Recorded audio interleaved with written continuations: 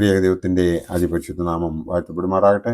കർത്താവിൽ പ്രിയ വിശ്വാസികളുടെ സമൂഹമേ, നിങ്ങളെ ഏവരെയും പ്രഭാതവചനത്തിലേക്ക് വളരെ വിനീതമായി സ്വാഗതം ചെയ്യുന്നു. ഇന്ന് ജനുവരി 8, 2026. ഈ വർഷത്തെ 8-ാമത്തെ ദിവസം, ഈ മാസത്തെയും 8-ാമത്തെ ദിവസം, വ്യാഴാഴ്ച. ഇന്നത്തെ മറ്റൊരു പ്രത്യേകത എന്ന് പറയുന്നത് സ്തേഫാനോസ് സഹോദരന്റെ ഓർമ്മ. കുർബാനയുള്ള ദേവാലയങ്ങളിൽ വിശുദ്ധ കുർബാന മധ്യേ എവൻഗേലിയോൻ മേശയിൽ വായിക്കുന്നതായ വേദഭാഗമെന്ന് പറയുന്നത് മർക്കോസ് എവൻഗേലിയോസായുടെ രക്ഷാസുവിശേഷം 12-ാം അധ്യായം 1 മുതൽ 12 വരെയും മത്തായി ശ്ലീഹായുടെ രക്ഷാസുവിശേഷം 23-ാം അധ്യായം 34 മുതൽ 39 വരെയും ഉള്ള വേദഭാഗങ്ങൾ ആണ്. മനുഷ്യവർഗത്തിന്റെ വീണ്ടെടുപ്പിനായി അയക്കപ്പെട്ട പ്രവാചകന്മാരുടെ ഓരോ കാലഘട്ടത്തിൽ പ്രവർത്തിച്ച അനീതികളെക്കുറിച്ചും യേശുക്രിസ്തുവിനെ ക്രൂശിൽ തറച്ചതിനെക്കുറിച്ചുമാണ് ഈ ദിവസത്തെ എവൻഗേലിയോൻ ഭാഗങ്ങൾ പരാമർശിക്കുന്നത്. മർക്കോസ് എവൻഗേലിയോസായുടെ രക്ഷാസുവിശേഷം 12-ാം അധ്യായം 1 മുതൽ 12 വരെയുള്ള വാക്യങ്ങളിൽ യേശുക്രിസ്തുവിന്റെ കാലഘട്ടത്തിൽ മുന്തിരിത്തോട്ടം പാട്ടത്തിന് കൊടുക്കുക എന്നത് പാലസ്തീൻ നാട്ടിലെ ഒരു പതിവായി സൂചിപ്പിച്ചിരിക്കുന്നു. ഈ പശ്ചാത്തലത്തിൽ ഒരു മനുഷ്യൻ, അതായത് ഉടമസ്ഥൻ, പിതാവാം ദൈവത്തെ പ്രതിനിധാനം ചെയ്യുന്നു. മുന്തിരിത്തോട്ടം ദൈവജനത്തെ കാണിക്കുന്നു. അയക്കപ്പെട്ട ദാസന്മാർ പഴയ നിയമ പ്രവാചകന്മാരെ ദൃഷ്ടാന്തപ്പെടുത്തുന്നു. ചക്ക്, അതായത് മുന്തിരിച്ചക്ക്, മുന്തിരിത്തോട്ടത്തിൽ നിന്നുള്ള മുന്തിരി പിഴിഞ്ഞെടുക്കുന്നതിനായി ക്രമീകരിച്ചിരിക്കുന്നതാണ് ഗോപുരം എന്ന് പരാമർശിച്ചിരിക്കുന്നത്. കാവൽക്കാർക്ക് താമസിക്കുന്നതിനും മുന്തിരിത്തോട്ടത്തിന്റെ കാവലിനുമുള്ള സംവിധാനമാണ്. ദൈവത്താൽ അയക്കപ്പെട്ട പ്രവാചകന്മാരെ അവർ വെറുതെ അയച്ചു കളഞ്ഞു.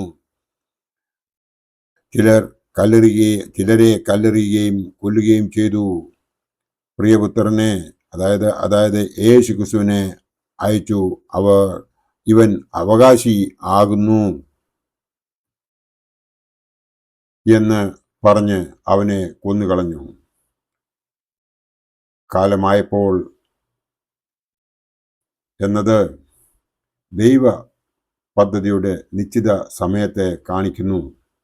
യഹൂദ പ്രമാണിമാർ യേശുവിനോട് എതിർപ്പുള്ളവരായിരുന്നു. ദൈവ ഭവനത്തിന്റെ പണിക്കാർ എങ്കിലും മൂലക്കല്ലായ യേശുവിനെ തള്ളിക്കളഞ്ഞതായി നാം ഇവിടെ കാണുന്നു. ഇതുമൂലം ദൈവം അവരെ നിരസിക്കുകയും സഭയുടെ കെട്ടുപണി മറ്റുള്ളവരെ ഏൽപ്പിക്കുകയും ചെയ്തതായി നമുക്ക് എവർക്കും അറിയാം. ഇവിടെ മറ്റുള്ളവരെ എന്ന് പരാമർശിക്കുന്നത് സഭയിൽ ചേർന്ന ജാതികളെ സൂചിപ്പിക്കുന്നുവെന്ന് നമുക്ക് മനസ്സിലാക്കാവുന്നതാണ്.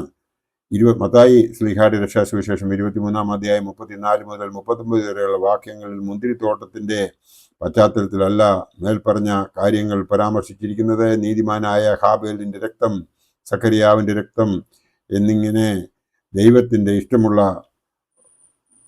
ഇഷ്ടമുള്ളവരോടുള്ള ക്രൂരകൃത്യങ്ങളെ പരാമർശിക്കുന്നു.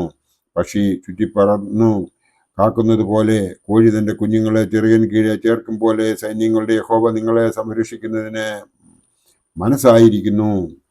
നിങ്ങളുടെ ഭവനം ശൂന്യമായി തീരും എന്ന് പ്രവചനം AD 70 യെരുശലേം നശിപ്പിക്കപ്പെട്ടപ്പോൾ അന്വർത്ഥമായി എന്ന് നമുക്ക് ചരിത്രത്തിലൂടെ മനസ്സിലാക്കുവാൻ സാധിക്കും. ദൈവത്തിന്റെ പ്രവാചകന്മാരും അപ്പോസ്തലന്മാരും ലോകത്താൽ തിരസ്കരിക്കപ്പെട്ടവരാണ്. അവർ നിരവധിയായ പീഡകൾ സഹിച്ചവരാണ്. രാജാക്കന്മാരും വിഗ്രഹാരാധകക്കാരും യഹൂദ പ്രമാണിമാരാലും അവർ പീഡനം ഏറ്റു. വിശുദ്ധ സ്തേഫാനോസ് സഹോദര അവരിൽ പ്രധാനിയാണ്. ആദിമ നൂറ്റാണ്ടിലെ രക്തസാക്ഷികളുടെ ജീവിത ചരിത്രം ചുരുക്കമായി നമുക്ക് ഒന്ന് നോക്കാം.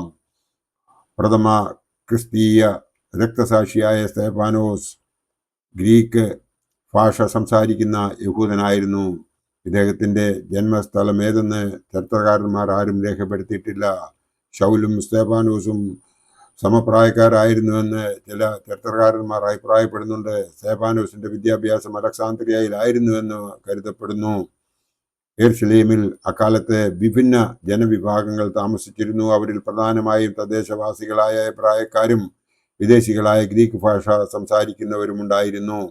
ഈ രണ്ട് വിഭാഗങ്ങളിൽ നിന്നുള്ളവരും ക്രിസ്തുമതം സ്വീകരിച്ചിരുന്നു. സ്തേഫാനോസ് ക്രിസ്തുമതം സ്വീകരിച്ച ഗ്രീക്കുകാരനായിരുന്നുവെന്ന് നമുക്ക് ചരിത്രത്തിൽ നിന്നും മനസ്സിലാക്കുവാൻ സാധിക്കും.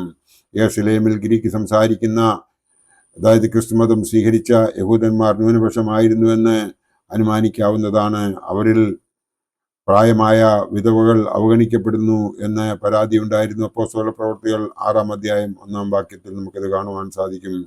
സ്ത്രീയന്മാർക്ക് വിധവകളുടെ ദൈനംദിന കാര്യാദികൾ അന്വേഷിക്കുന്നതിന് സമയമുണ്ടായിരുന്നില്ല. മാത്രവുമല്ല, ദൈവവചന ശുശ്രൂഷയാണ് അടിസ്ഥാനപരമായതെന്ന് സ്ത്രീയന്മാർ കരുതിയിരുന്നു. ആയതിനാൽ സ്ലീഹന്മാർ 12 പേരും ശിഷ്യ സമൂഹത്തെ വിളിച്ചുകൂട്ടി വിധവകളുടെ ശുശ്രൂഷയ്ക്കായി ദൈവത്തിന്റെ ആത്മാവും വിജ്ഞാനവും നിറഞ്ഞവരായി 7 പേരെ തിരഞ്ഞെടുക്കുവാൻ കൽപ്പിച്ചു. അപ്രകാരം തിരഞ്ഞെടുക്കപ്പെട്ട 7 പേർക്ക് അപ്പോസ്തല പ്രവൃത്തികൾ 6-5 സ്ലീഹന്മാർ പ്രാർത്ഥിച്ചു കൈവയ്പ് നൽകി ഷമ്മാശന്മാരാക്കി. അപ്പോസ്തല പ്രവൃത്തികൾ 6-6. വിധവകളുടെ ഭക്ഷണ ക്ഷേമ കാര്യാദികൾ അന്വേഷിക്കുന്നതിന് തിരഞ്ഞെടുക്കപ്പെട്ട 7 ഷമ്മാശന്മാരിൽ പ്രധാനിയാണ് വിശുദ്ധ സ്തേഫാനോസ്. വിശുദ്ധ ഗ്രന്ഥത്തിലെ ഉദ്ധരണികളിൽ നിന്ന് നസറാനായ യേശു ക്രിസ്തുവിനെ സാക്ഷിച്ചിരുന്നു. സ്തേഫാനോസിന്റെ വാദഗതികളിൽ കഴമ്പില്ലാത്തവയാണെന്ന് ശൗൽ പിന്നീട് വിശുദ്ധ പൗലോസ് ശ്ലീഹ ചിന്തിക്കുകയും പൊതുസ്ഥലങ്ങളിൽ വെച്ച് വാഗ്വാദങ്ങൾ വഴി സ്തേഫാനോസിനെ വാദഗതികളെ ഖണ്ഡിക്കുകയും ചെയ്തു വന്നു. യേശുക്രിസ്തുവിന്റെ ശരീരം മോഷ്ടിക്കപ്പെട്ടുവെന്നാണ് യേശുക്രിസ്തുവിന്റെ ഉയർത്തെഴുന്നേൽപ്പിനെ സംബന്ധിച്ച് ശൗൽ വാദിച്ചത്. സ്തേഫാനോസ് ദൈവത്തിനും മോശയ്ക്കുമെതിരെ സംസാരിക്കുന്നുവെന്ന് യഹൂദ പ്രമാണികൾ കുറ്റം ആരോപിച്ചു. ഈ മനുഷ്യൻ ന്യായ പ്രമാണത്തിനെതിരായും ഈ പരിശുദ്ധ സ്ഥലത്തിന് വിരോധമായുള്ള വാക്കുകൾ മുടങ്ങാതെ പറഞ്ഞുകൊണ്ടിരിക്കുന്നു. നസറായനായ യേശു ഈ സ്ഥലത്തെ നശിപ്പിക്കുമെന്നും മോശ നിങ്ങളെ ഭരമേൽപ്പിച്ചിട്ടുള്ള പതിവുകളെ വ്യത്യാസപ്പെടുത്തുമെന്നും ഇവൻ പറയുന്നത് ഞങ്ങൾ കേട്ടതാണ്. അപ്പോസ്തല പ്രവൃത്തികൾ 6-ാം അധ്യായം 13-14 വാക്യങ്ങളിൽ ഇത് പറയുന്നുണ്ട്. സ്തേഫാനോസിന്റെ വിശകലനങ്ങൾ യഹൂദന്മാരെ പ്രകോപിപ്പിച്ചു. കഠിന ഖണ്ഡന്മാരും ഹൃദയത്തിനും ചെവിക്കും പരിച്ഛേദനയില്ലാത്തവരുമായവരെ, നിങ്ങളുടെ പിതാക്കന്മാരെ പോലെ നിങ്ങളും എപ്പോഴും പരിശുദ്ധാത്മാവിന് എതിരായി നിലകൊള്ളുന്നു. നിങ്ങൾ ഏൽപ്പിച്ചു കൊടുത്തത് കൊന്നുകളഞ്ഞവനായ ആ പുണ്യവാന്റെ ആഗമനത്തെക്കുറിച്ച് മുൻകൂട്ടി അറിയിച്ച പ്രവാചകന്മാരിൽ ആരെയാണ് നിങ്ങളുടെ പിതാക്കന്മാർ പീഡിപ്പിക്കാതെയും കൊല്ലാതെയും ഇരുന്നിട്ടുള്ളത് എന്നും അപ്പോസ്തല പ്രവൃത്തികൾ 7-ാം അധ്യായം 51-52 വാക്യങ്ങളിൽ സ്തേഫാനോസ് പറയുന്നതായിട്ട് നമുക്ക് അറിയാം.